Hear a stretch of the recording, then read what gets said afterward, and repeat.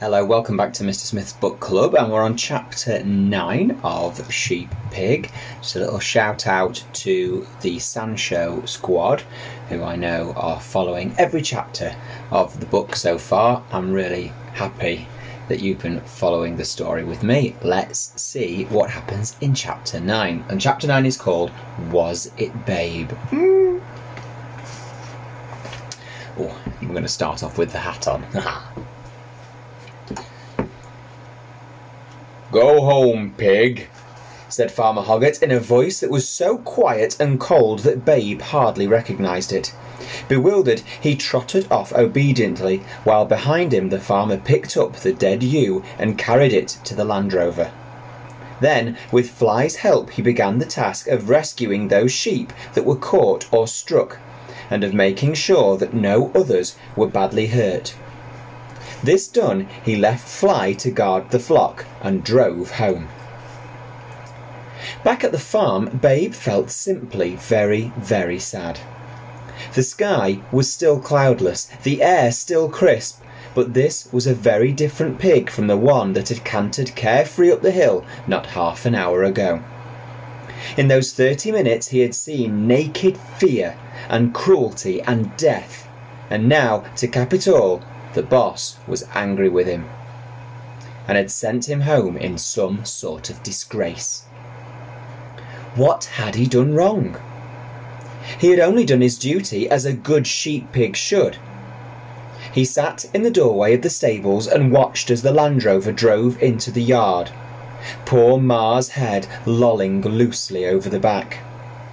He saw the boss get out and go into the house, and then, a few minutes later, come out again, carrying something in the crook of one arm. A long, thin thing, a kind of black, shiny tube, and walk towards him. You can see the picture. That's what he's carrying.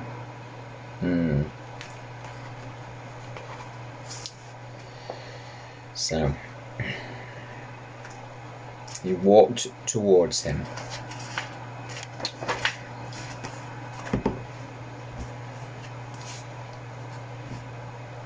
"Come, pig," said Farmer Hoggett in that same cold voice, and strode past him into the stables, while at the same moment inside the farmhouse the telephone began to ring and then stopped as Mrs. Hoggett picked it up.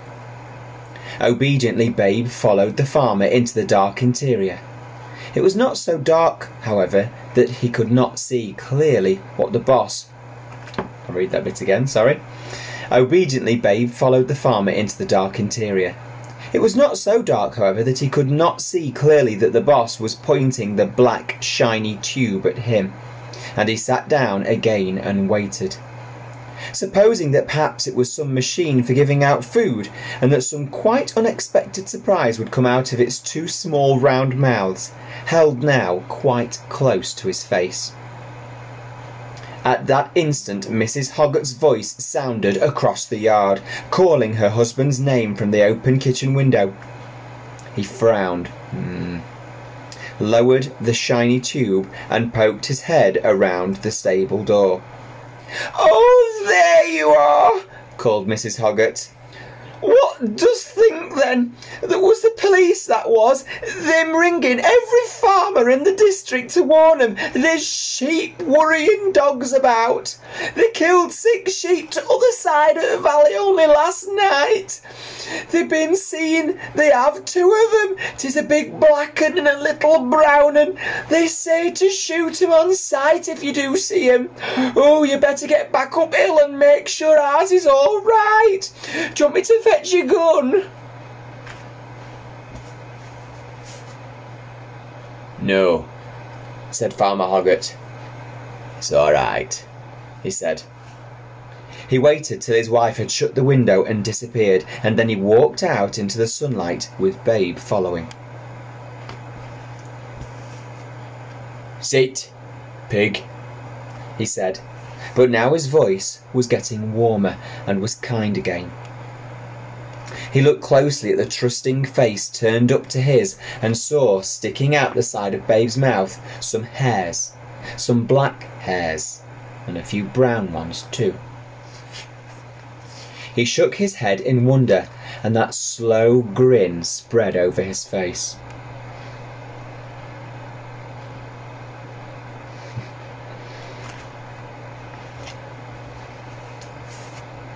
"I reckon you gave them summat to worry about," he said, and he broke the gun and took out the cartridges. Meanwhile, Fly, standing guard up in the far field, was terribly agitated. She knew, of course, that some dogs will attack sheep, sometimes even the very dogs trained to look after them. But surely not her sheep pig. Surely Babe could not have done such a thing. Yet there he had been at the centre of that scene of chaos, blood-stained and standing over a dead ewe. What would the boss do to him? What, perhaps, had he already done? Yet she could not leave these fools to find out. At least, though, she suddenly realised they could tell her what had happened. If the shock hadn't driven what little sense they had out of their stupid heads. Never before in her long life had Fly sunk to engaging in a sheep conversation.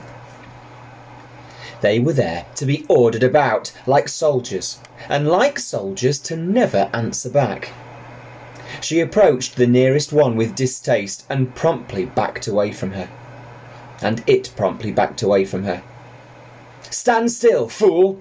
she barked, "and tell me who chased you? Who killed that old one?"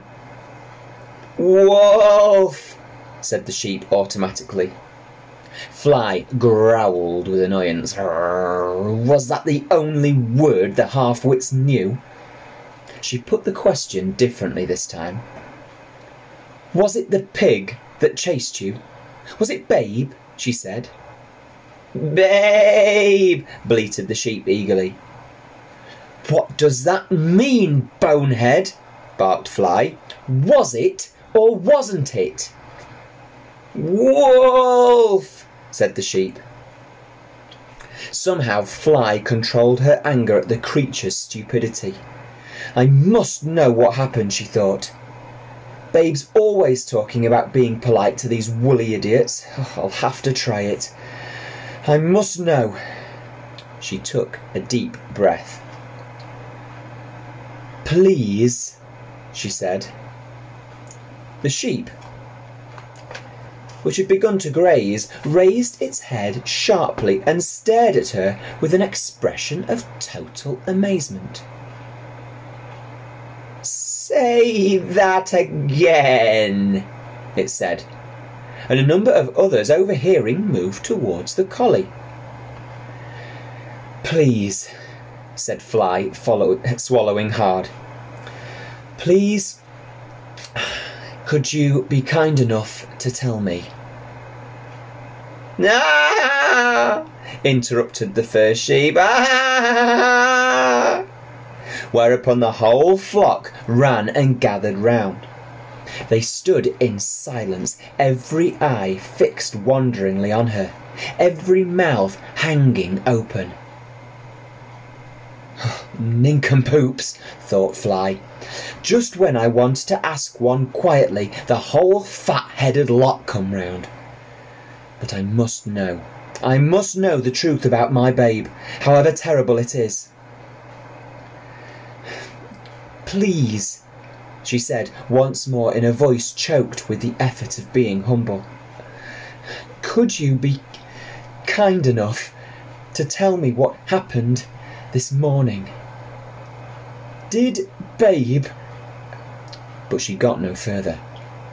For at the mention of the pig's name, the whole flock burst into a great cry of "Babe!" Listening for the first time ever to what the sheep were actually saying, Fly could hear individual voices competing to make themselves heard, in what was nothing less than a hymn of praise. "Babe came! He saved us! He drove the wolves away! He made them pay! Hip hip hooray! Hip hip hooray, hooray!" What a sense of relief that flooded over her as she heard and understood the words of the sheep. It had been sheep warriors after all. And her boy had come to the rescue. He wasn't the villain, he was the hero.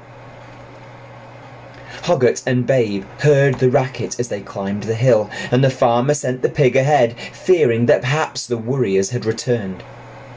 Under cover of the noise, Babe arrived on the scene unnoticed by Fly, just in time to hear her reply.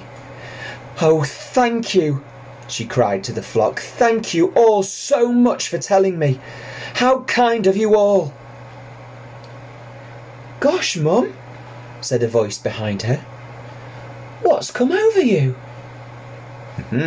And that is the end of chapter 9. So there we go. Finally, Fly has spoken to the sheep and has been able to communicate with them on a one-on-one basis. And the sheep have actually started to listen to the dog who they always called Wolf and never spoke to before. I wonder what happens in chapter 10. See you then.